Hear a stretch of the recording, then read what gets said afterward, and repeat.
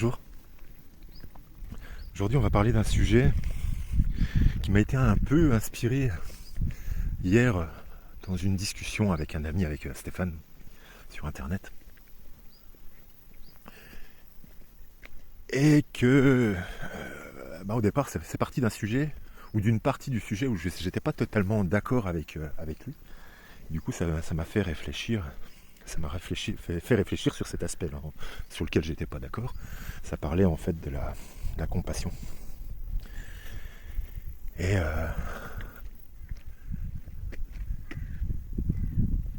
ça m'a fait réfléchir en fait sur l'aide que la compassion en fait devrait générer et sur la façon d'aider. Et ça, en fonction, je le lis en fait quelque part à un sujet que j'ai déjà abordé dans ma première vidéo, je crois. Enfin, dans ma vidéo de la semaine dernière, la première. Qui est de la société dans un monde qui a supprimé tout système monétaire. Et en gros, beaucoup de gens avec qui interagissent avec moi quand je parle d'une société humaine sans argent, qui me disent c'est un outil qui a été créé pour faciliter les échanges. Et comme je vous disais, en fait, moi ce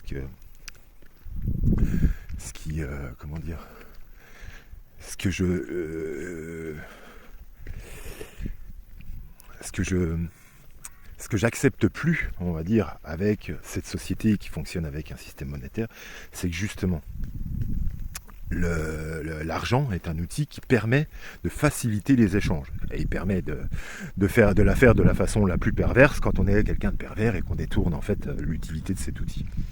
Un peu comme tous les outils qu'on invente, on peut les utiliser de façon vertueuse et on peut les utiliser de façon pervertie, selon le type de personne et le type d'état d'esprit dans lequel on est. Et que quelque part, de toute façon, l'argent, dans un monde où on a des âmes qui sont plus ou moins avancées, l'argent, étant donné que c'est un outil qui permet d'accéder beaucoup plus facilement au pouvoir quand on en a, justement, est utilisé par les pervers et les plus pervers d'entre nous, qui, comme par hasard, sont généralement attirés par le pouvoir, plus que d'autres, plus que le commun des mortels en tout cas, vont s'empresser de gagner de l'argent de la façon plus ou moins vertueuse qui soit, pour pouvoir accéder justement à ces places de pouvoir. Donc, quelque part, d'une manière ou dans un premier temps, moi je réfute maintenant le système monétaire pour cela.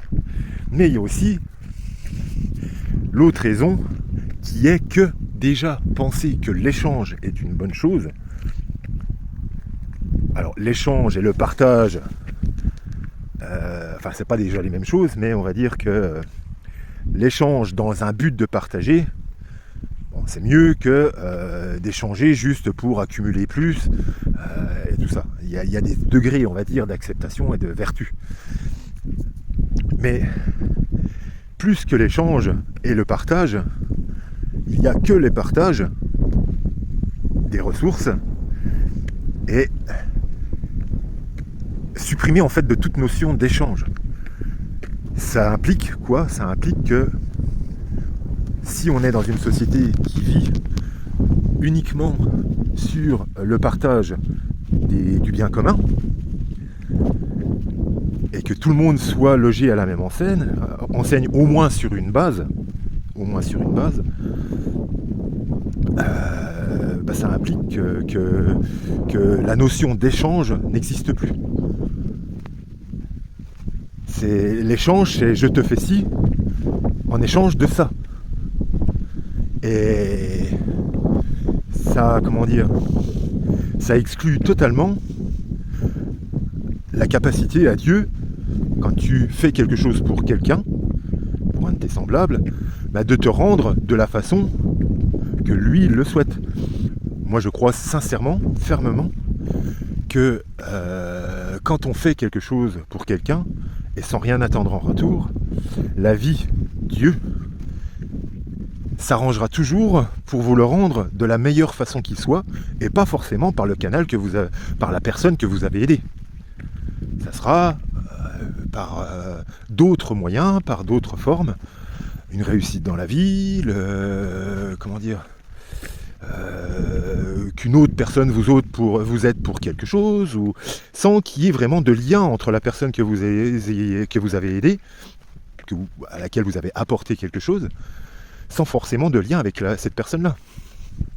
Ça, c'est laisser Dieu agir dans notre vie, à sa façon, comme lui le sait être le mieux pour vous. En faisant un échange, vous lui dites, même s'il n'y a pas d'argent dedans, même si c'est un échange de biens, vous lui dites, je te file cette maison dans le sud et tu me files une maison dans le nord en échange, pour prendre un exemple. Tu vois, c'est toi qui fais la transaction sans laisser Dieu choisir à ta place. Donc ça coupe en fait la capacité à Dieu de venir apporter ce qu'il faut dans ta vie. Le fait d'échanger, la base, la façon de penser qui est l'échange. Pour moi, c'est déjà quelque chose de pervers, même si c'est moins que, par exemple, la capitalisation avec de l'argent et tout ça, quoi. Il y a des degrés, on va dire, de sagesse là-dedans. Et donc, comment on pourrait vivre dans une société qui fonctionne justement sans argent ? Ça implique, pour que personne ne soit lésé, ça implique déjà à ce qu'une base de vie qu'on aura décidé ensemble, qu'une base de vie saine soit accordée à chaque personne qui vit dans un pays, dans une nation, peut-être même dans le monde. On peut imaginer qu'on est tellement évolué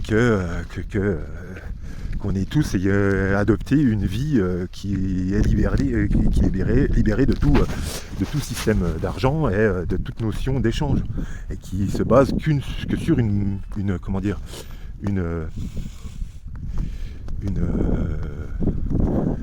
base de partage du bien commun.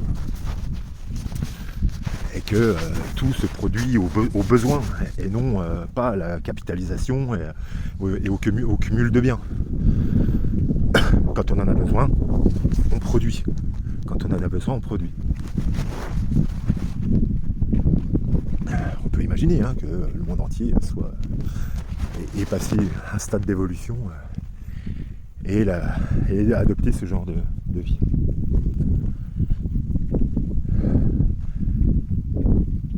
Dieu, il aide, je pense, il accorde le même chemin à tout le monde. Alors on a tous des particularités, on est tous des individus différents, avec une base de fonctionnement qui est la même. Et je pense que Dieu nous accorde à tous, chacun d'entre nous, malgré nos particularités individuelles, nous accorde le même chemin et le même but. Et nous enseigne pour rester sur ce chemin-là. Et va nous enseigner différemment en fonction de nos particularités d'individus. Comme je le disais, on est tous différents, on a tous nos particularités, on n'a pas vécu tous la même vie, ce qui fait que voilà, on a des façons de penser qui sont différentes, qui sont faites en fonction de notre vécu, de ce qu'on a vécu dans notre vie. Ce qui fait qu'on est tous différents, voilà quoi. Donc Dieu nous enseigne en fonction de ces particularités-là, pour revenir sur le même chemin, qu'on soit tous sur le même chemin, pour arriver au même but, tout en gardant nos facettes différentes, nos particularités, qui créent la diversité. Dans certaines traditions, il est dit qu'en fait, l'homme a été créé à l'image de Dieu. Et moi, ça me parle de cette façon. C'est-à-dire que si on a été créé à l'image de Dieu, c'est pour essayer d'imiter Dieu ici, dans le monde matériel, sur Terre, dans ce cadeau qui nous a été offert, qui est le jardin d'Éden, qui est ni plus ni moins que la Terre. Stéphane d'ailleurs dit souvent, mon ami, que l'enfer n'est pas sous terre et le paradis au ciel. C'est une métaphore. Tout est ici sur terre et c'est à nous de faire, avec l'aide de Dieu ou du diable, de faire de cette terre un paradis ou un enfer. Un jardin d'Éden ou un lac de flammes. N'est-ce pas ?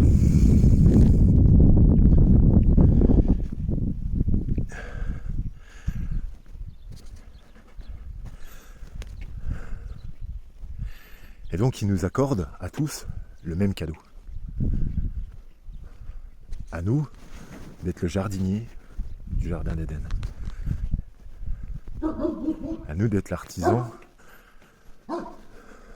du paradis ou de l'enfer dans lequel on veut vivre.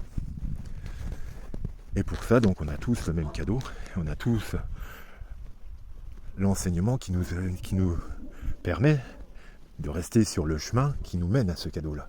Le même cadeau pour tous. Il n'y a pas des enfants de Dieu qui ont un cadeau plus gros par rapport à d'autres enfants de Dieu. Quand je parle des enfants de Dieu, c'est être humain. Nous sommes tous ses enfants.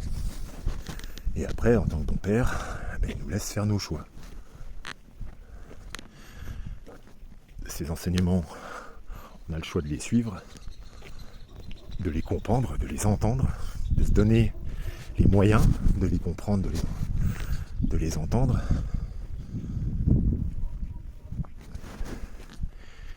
Et d'ensuite, d'en faire la meilleure des choses qui soit ou pas. Et ça, il nous laisse le choix. Sauf qu'il y arrivera un moment, si on fait le choix de ne pas suivre, on fait trop le choix de ne pas suivre, à un moment, il protégera la création. Il fera ce qu'il faut pour que la création ne soit pas détruite, parce qu'on ne peut pas détruire ce qui ne peut pas être détruit.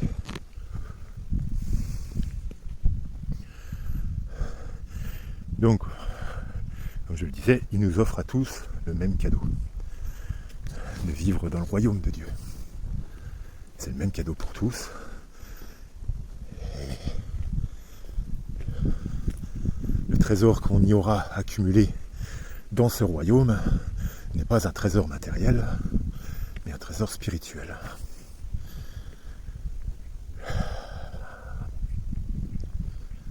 Et pourquoi, du coup, si on est fait à l'image de Dieu, pour en revenir à ce que je disais tout à l'heure, pourquoi nous créons des systèmes qui font que certains êtres humains sont avantagés par rapport à d'autres. Alors on va me dire qu'on est tous sur la même base et que si on se donne les moyens de le faire, de faire les choses, on peut obtenir matériellement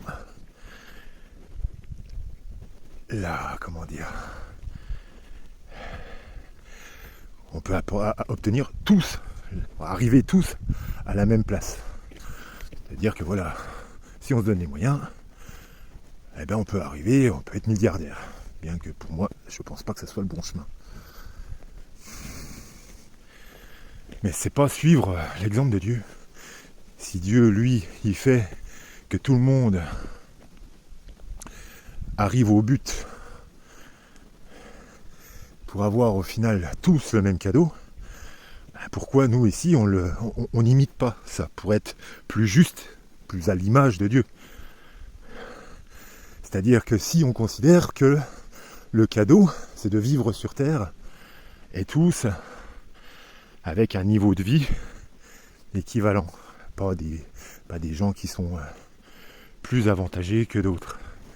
Ça implique à ce que le nivellement soit fait de façon plus juste, qu'il n'y ait pas la permission que certains cumulent beaucoup plus que besoin, et que d'autres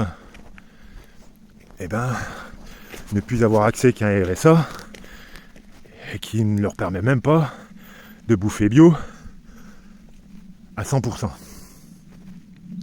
Parce qu'aujourd'hui, avec un RSA, je vous défie de pouvoir manger bio. Je parle pas de faire son jardin. Je parle vraiment sans acter, parce que pour moi, c'est encore mieux que d'aller acheter ça de sa nourriture dans les magasins bio. Faire son propre jardin, c'est la base. Et il y a déjà, enfin, on se nourrira pas avec un, enfin si on fait ses propres graines et tout ça, si on a développé suffisamment de capacité pour pouvoir faire tout ça, si on pourrait se nourrir presque gratuitement, mais sans avoir besoin de racheter les graines et tout ça. Mais bon, ça, pour réacquérir toutes ces capacités, il va falloir un peu de temps. Toutes ces connaissances, il va falloir un peu de temps. Mais pourquoi on a laissé en fait, voilà, des gens s'appauvrir autant par rapport au fait que des gens ont la capacité d'avoir cumulé bien plus que besoin. Que ça soit en bien matériel qu'en termes de pouvoir. Pourquoi on a créé un monde comme ça qui permet ça, sans garde-fou, sans barrières qui mettent des limites. Pourquoi ? C'est pas un monde à l'image de Dieu, ça. C'est pas un monde à l'image de Dieu. Bien sûr qu'il faut cultiver le mérite, tout ça.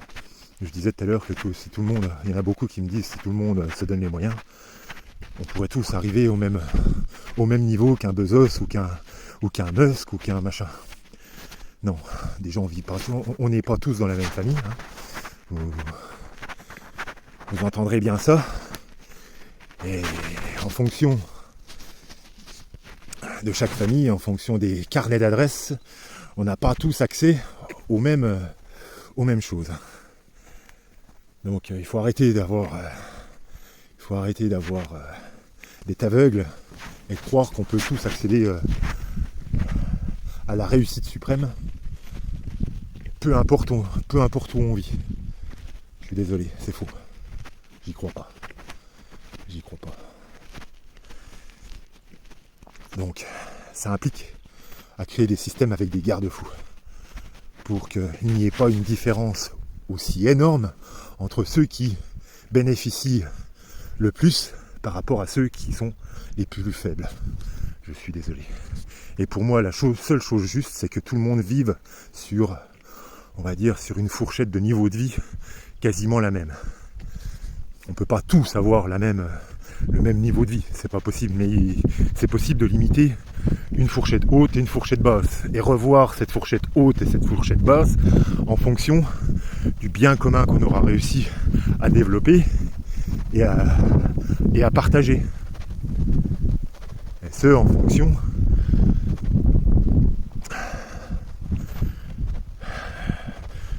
quand je parle de développer le bien commun, c'est bien sûr en fonction de prendre en compte la planète, toujours dans une dynamique de la protéger, de protéger le vivant, à essayer de le moins nuire, d'avoir le moins gros impact dessus, de la régénérer autant qu'on le peut, du mieux qu'on le peut. Ça force à ce qu'on arrête certaines dérives. Donc voilà, pour moi, ce monde sans argent ne peut aller que avec une société dont le niveau de vie est cadré par un niveau le plus haut et le niveau le plus bas pour tous. Et que ce niveau le plus haut et le niveau le plus bas ne soit pas avec une différence énorme. Si on ramène à des chiffres, le plus bas ne peut pas être à 5 000 par mois par exemple, et le plus haut à 500 000 par mois. On est bien d'accord. Je mets des chiffres, mais comme je disais, je veux pas d'un monde avec argent. C'est pour que les gens comprennent mieux que je mets des chiffres. Voilà.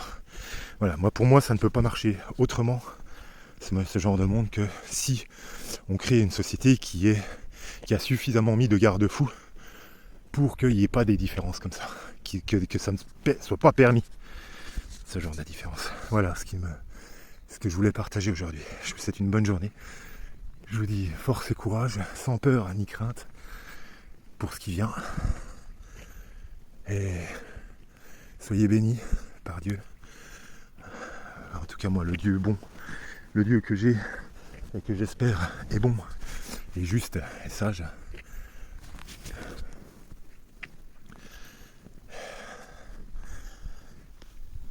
Que Dieu vous bénisse. Priez un peu tous les soirs. Priez pas pour le matériel, mais priez déjà pour votre cœur, pour votre purification, pour votre libération de toutes ces choses perverses que ce monde nous vend. Déjà pour ça. Et je pense qu'après, matériellement, cela découle en fait naturellement. Voilà, je vous souhaite une bonne journée.